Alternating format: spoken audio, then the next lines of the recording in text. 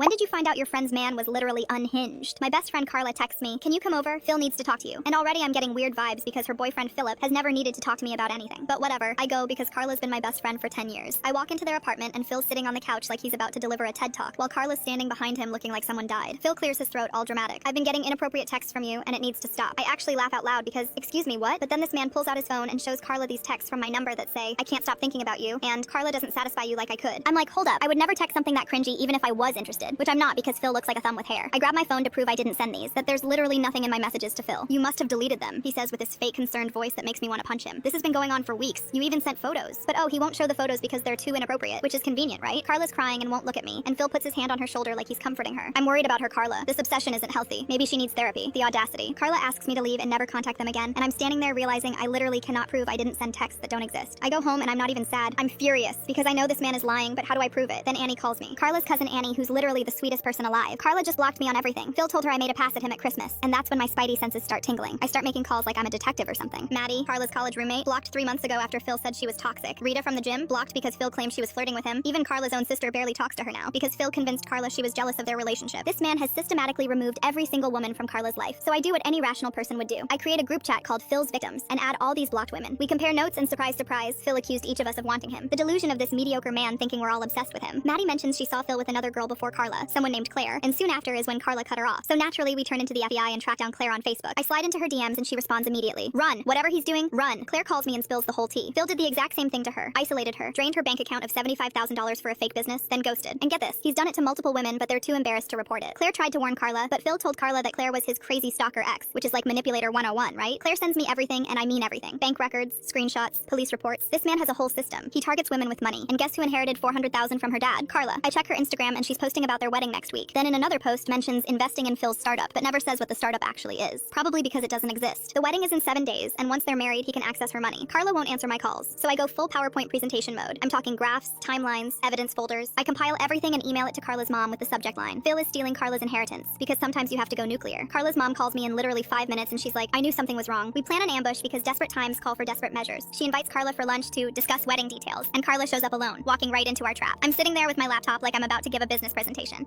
Carla sees me and tries to leave, but her mom literally blocks the door, which is iconic behavior, honestly.